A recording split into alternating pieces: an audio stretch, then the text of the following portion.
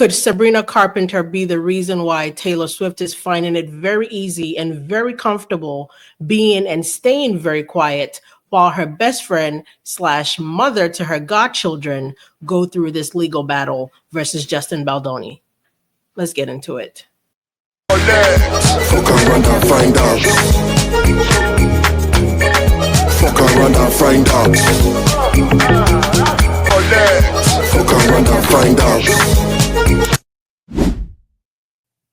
Hello there, everybody, and welcome back to another special edition of F Round and Find Out. Today's Thursday, April 10th, 2025, and I'm actually a little bit mad at myself for not thinking of this earlier, but I'm not a Swiftie. I'm not a Carpenter. I don't know what they call Sabrina's fans, and I'm not into the girlies like that, so I never put two and two together. But I did always know Sabrina Carpenter worked with Justin Baldoni on Clouds because I love that movie.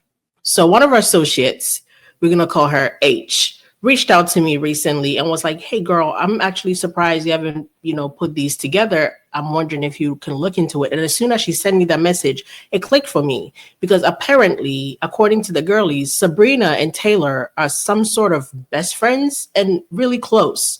So right here, I pulled up this timeline because I wanted to know, how deep their friendship go, how far they go. And according to Elle Magazine, Sabrina Carpenter and Taylor Swift's complete friendship timeline. I'm not going to take you through the whole thing, but I just want to brush up on my facts a little bit. So I pulled this up and they go way back. I mean, really from Sabrina being, a little bit in love with Taylor from the beginning up until recently, as of 2025, them being seen together at award shows, them showing up to the Grammys together, them showing up to Billboard together, to Sabrina, I believe, opening up Taylor at the Eras Tour. So they are more than close. They're close enough where Taylor would feel comfortable taking advice from Sabrina, if I'm not mistaken. You see here, the friends met again at the Grammys in February, both looking stunning at the big music night. They posed for photos and shared an embrace. Clouds was a movie that was released back in 2020 that starred Sabrina Carpenter and Madison Iseman, directed by Justin Baldoni, based on an incredible true story. 17-year-old Zach Sobich, I apologize if I butchered that, is a fun-loving high school senior with raw musical talent, but a few weeks into his senior year, just as his dream girl finally reciprocates his crush, Zach's world gets turned upside down when he finds out his cancer has spread and he now has only 6 months to live. With the limited time he has left, he and his best friend and writing partner, Sammy, played by Sabrina Carpenter, decide to follow their dreams and finally make an album, which they did. I want you to take a listen at how Sabrina and Madison Iseman both describe their experience working with Justin Baldoni. Baldoni can give you the laundry list of these, but very special. I think we were all chosen to be in this film for a reason. Yeah. Well, and speaking of Justin, obviously he's been with this story now for almost a decade since he started working on this documentary and met Zach. What did he bring to this creative process to help you guys to really get into Zach's journey? Everything. I mean, that man has a lot of heart and emotion. He really is. I don't think anyone else could have done this. He has known Zach and known all of these people, and he had to put someone's life in an hour and 20 minutes. I think that's the length of the movie. I'm not sure. I think it's longer than that. I'm gonna be honest. It's 120 minutes. But how do you do that?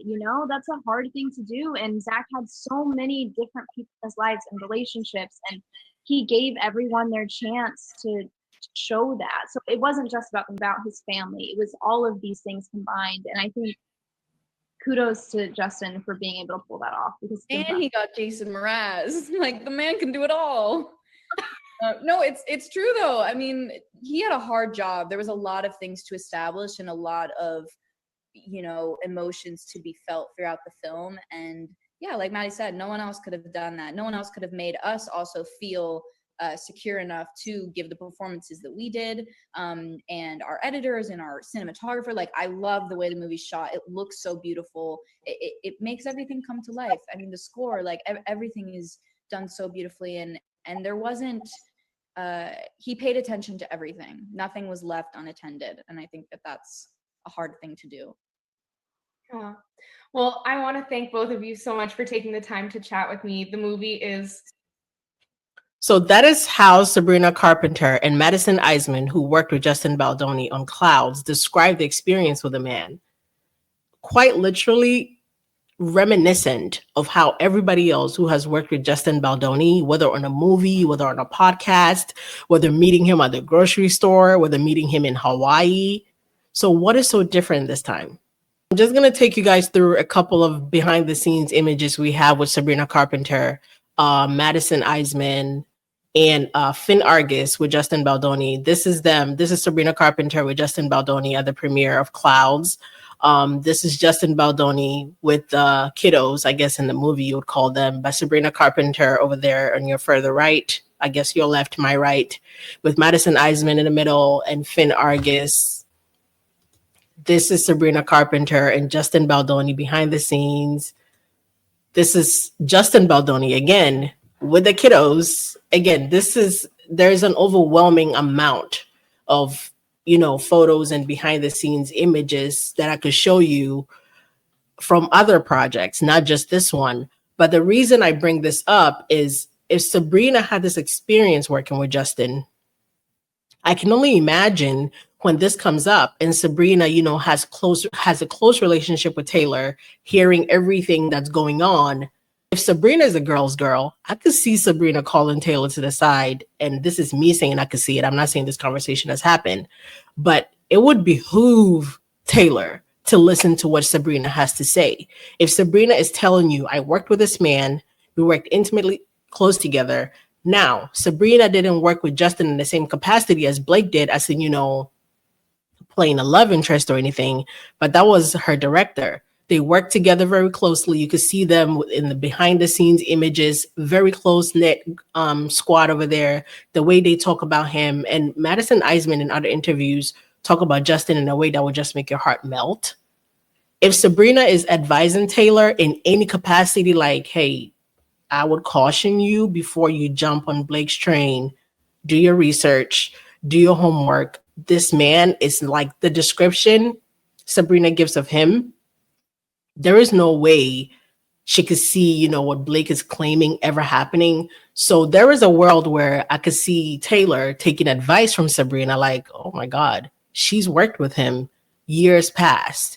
If she's saying there is no way he could possibly do this, and Sabrina telling Taylor this definitely holds some weight. So I could see if Taylor is taking any advice from Sabrina, it would be this. I've worked with a man. We work very closely together. There is not a bone in me that feel like he could be capable of this.